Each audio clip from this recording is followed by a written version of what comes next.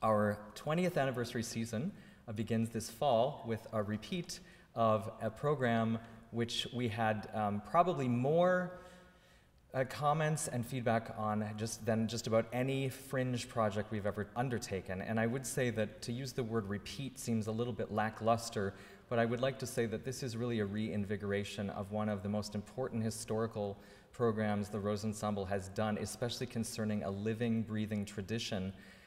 And I'm pleased to announce that this whole tour actually is going to be an expanded version of what we in the Rose Ensemble call the Greater Minnesota Tour. This has been something that is now, that's been going on for 9 years, and the last Queen of Hawaii will be our 10th undertaking of the Greater Minnesota Tour. All of the cities are mentioned here, and I'm not sure if you can read them: Brainerd, International Falls, Duluth, Detroit Lakes, Crookston, Moorhead, St. Cloud, Wilmer, Morris, Mankato, and Marshall, with a special one night only in the Twin Cities, in Minneapolis. That's on October 9th at Ordway Concert Hall. We're very much looking forward to that, and I should also mention, in addition to this program, not unlike all of our outreach programs in Greater Minnesota, this concert tour also features educational outreach programs in each community, whether in schools or in libraries or community centers. And there you can get more information about this and ticket prices on the website, and we'll also go over those at the very end as well. My name's Mark Dietrich. I sing bass with the group. I'm Jake Endres. I'm a baritone with the Rose Ensemble. I just finished my first season and excited about the 20th anniversary season coming up. There is a wealth of material that I'm terribly excited about, mostly because I don't know it yet. From a wide variety of backgrounds and landscapes, musical and cultural. The Hawaiian program, which I know from talking with my colleagues in the ensemble who have done the program, who have lived with the program, who helped create the program, that it's one of the most soul-fulfilling programs that they have that they've ever sung, either in with this group or with any other group. This has been a remarkable 20-year journey the Rose Ensemble has had, and I know many in the community, including myself and the board of the Rose Ensemble, are very proud of all that the ensemble has accomplished, and we're so grateful for Jordan and Jordan's contribution and that of his musicians and ensemble members. We continue our season with a new exciting program called Christmas in Baroque Malta, Italian Majesty at Medina Cathedral. This is an important historical location, militarily speaking, politically, and certainly religiously, and you can read up about Malta, but the most important aspect of this program is that it will be, in fact, the North American premiere of a score of music that has not really been heard in hundreds of years, and we're so thrilled to be partnering with the Hill Museum and Manuscript Library associated with St. John's University in Collegeville. There are 4 performances which you can see here, and we would be hopefully also talking with the folks at St. John's in Collegeville about a special performance which has yet to be scheduled. In February, as part of what we normally call our candlelight concerts, this is 2016, a program called Sainte-Chapelle de Paris. This is a king's quest for the true cross. In the middle part of the 13th century, King Louis IX decided to build this architectural wonder, which was intended to house some of the most important medieval relics in Christendom. It will feature some incredibly beautiful music that has been featured throughout the centuries in this absolutely glorious, glorious space, which is oftentimes visited more than Notre Dame in Paris itself due to its architectural beauty and also the fact that it's been so well preserved. There are 4 performances, and I should also mention these performances are in particularly beautiful spaces themselves. and quite intimate, and we'll be getting into that as well, but I would call your attention specifically to our return to the St. Paul Seminary Chapel in St. Paul, a beloved venue, and also the St. Rose Convent Chapel in La Crosse. Lastly, we end our season at the Ordway Music Hall, the new concert hall, with our 20th season celebration. We're very, very thrilled to be kind of crowning. That you may have noticed there's a bit of a regal theme in our season this year, and that's intentional. We thought there's no better way than to make our debut at the new Ordway Concert Hall in downtown St. Paul. This is not only a concert performance, but it will feature a special brunch and also a post-concert party with sparkling, bubbly toastiness. And it's something that we're very much looking forward to, and taking part in this beautiful, beautiful hall that has now been built and opened in downtown St. Paul, which I hope will end up being an institution and certainly a regular venue for the Rose Ensemble. So that's our season, and I'm delighted to announce today that for each of the 4 programs that we'll be doing throughout the season, there will be a new commission for each program, and I'm happy to announce today the Hawaiian program will feature a new work by Victor Zupank. Our Christmas in Baroque Malta will feature a new work by Tim Takash. Saint-Chapelle de Paris will feature a work by Linda Kachemeyer, and I'm so pleased, after so many years of working together and advising and being a part of the Rose family, at long last we are finally commissioning a work from the beloved, really an institution in the composer's world, not only here in Minnesota but across the country, a new work by Carol Barnett. We're particularly looking forward to our concert, our first time appearance at the new Ordway Concert Hall. It's one of the most glorious venues here in St. Paul. Beautiful acoustics, beautiful space, beautiful ambiance. It is the culmination of our 20th anniversary season. We'll have a brunch, we'll have a concert, we'll have a celebratory birthday party. All audience members are invited to that celebratory birthday party with bubbly beverages and birthday cake. It's a season you won't want to miss, and I encourage you to come and join us. I feel like I have a really special role with the group because in addition to presenting this historic music in context, I can also show people what these instruments looked like back in the day, and like what came before the violin. And that's what really drew me to this whole field of historic performance. I would say a piece gets more engaging and more rewarding the better you know it. When you memorize a piece of music, you get it what we would call off the page, where you can actually look at each other and breathe together and really start to make a meaningful, organic performance out of a piece. I've always known this group to be able to tune a chord in a way that just shivers your spine, you know, in the best possible way.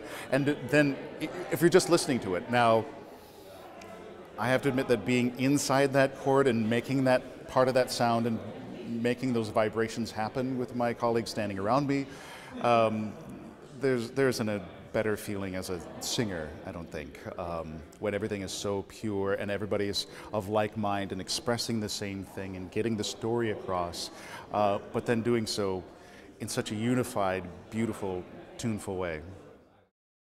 Over the years, I can safely say that we've gone from being not only a Twin Cities organization, but to a Minnesota organization.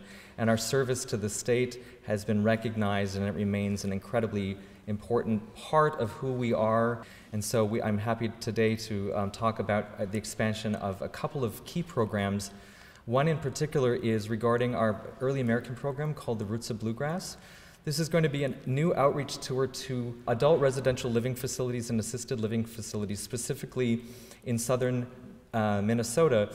This is bringing quality, world-class performances to communities which may not necessarily be able to afford it and certainly wouldn't be able to have access to such a thing. We've chosen 12 communities in southeast Minnesota, all of which are featuring populations between 1,000 and 20,000 people. We're also launching a new initiative for what we're calling inner city touring. What might that be? Well, it's outreach to what we can safely call neighborhoods which are in great need of cultural programming to the degree that the Rose Ensemble provides on a national and international level. The whole idea is why save, quote unquote, save all of our national touring programs, the best of the best, for just those outside of our immediate community, but why don't we bring them right into communities that are in great need? We hear a lot from our patrons about things that they want, things that they desire, things that they request. We have been encouraging of our audience to be vocal about what serves them best. What we heard loud and clear was, we'd love to see you in a more intimate venue. We'd like to see you in a different venue. Try some Minneapolis neighborhoods. So what we've done is we've tried the more intimate, the St. Paul Seminary Chapel, the School of Divinity on Summit Avenue is a glorious acoustical wonder. Holy Cross Church in Northeast Minneapolis on the corner of 17th and University, known as the Polish Church. And then also Holy Family in St. Louis Park. And then I'm really excited about Church of the Incarnation in South Minneapolis, which has a wonderful, wonderful community there and a very active congregation. My favorite venue to see and experience the Rose Ensemble is actually Church of the Nativity in St. Paul. It's a neighborhood venue, it's a beautiful space, acoustically it's just lovely. Our program, especially this year, will be in several churches in particular that are new to me, that just looking at the photos that have been presented today, I'm very excited about. They look gorgeous, and I know that Jordan has a great ear for what will work acoustically with this group. Now, who doesn't want more discounts? What audience doesn't talk about what we can do to make things more affordable, more accessible? And I'm happy to announce new initiatives. The idea here is to make sure that everybody can afford to come. And in addition to that, we'll be continuing to work with the library system across Minnesota, which actually makes a sizable number of tickets absolutely free just for the taking within most of the communities in which we work. I'd like to now talk about our institutional collaborations.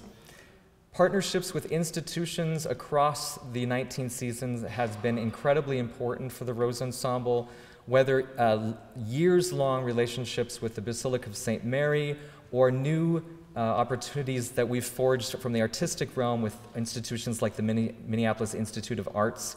We're expanding this year in a way that I'm very excited about, including Landmarks Center, Minnesota Landmarks. You happen to be in one of the most notable concert spaces in downtown St. Paul. This will always be a partner of ours.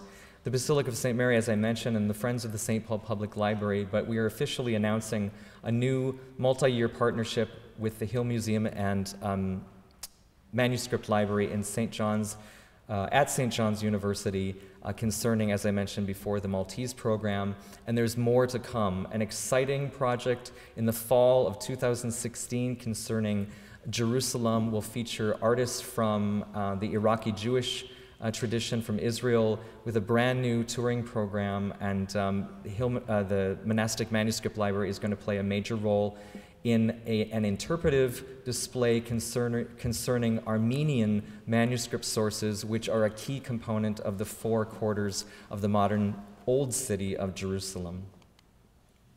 I want to touch briefly on national touring, because national touring for the Rose Ensemble is key. It makes us strong. It helps us build our reputation, not only in the concert hall, but on the airwaves. So we've got 4 different concert programs presented in 11 states at this particular moment. They're all listed here. I'm not going to go through all of them now, but you can find them on our website. But I should mention there's a couple of important programs that we'll be doing. A major residency concerning our program called Music from the Land of Three Faiths will take place in Houston as part of Houston Early Music.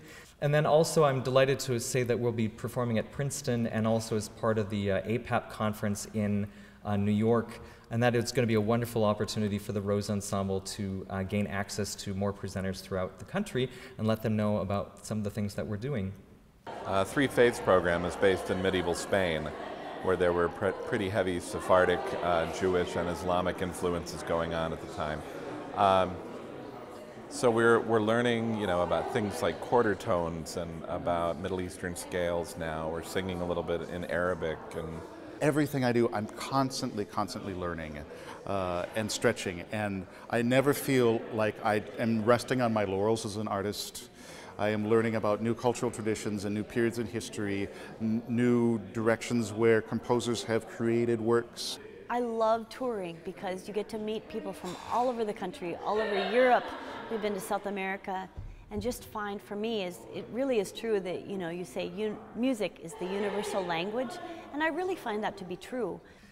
At this time, I'm pleased to be able to announce a new major initiative. This is one gift, a size of which we have not seen before, and so I'm pleased to say today, for the first time, that the Catherine B. Anderson Fund of the St. Paul Foundation has given us a major matching grant of $50,000 in support of our 20th anniversary. All gifts, yes, absolutely, yes. So all gifts made between now and December 31st will be matched dollar for dollar up to $50,000. What this means is $100,000 of programming dollars to enable us to do all of the things we've outlined. We've had such generous support from this community. Foundations, corporations, individuals, our ticket holders, people come out for our concerts. We couldn't be better supported here in the Twin Cities. And I know that in our 20th anniversary season, that support will continue.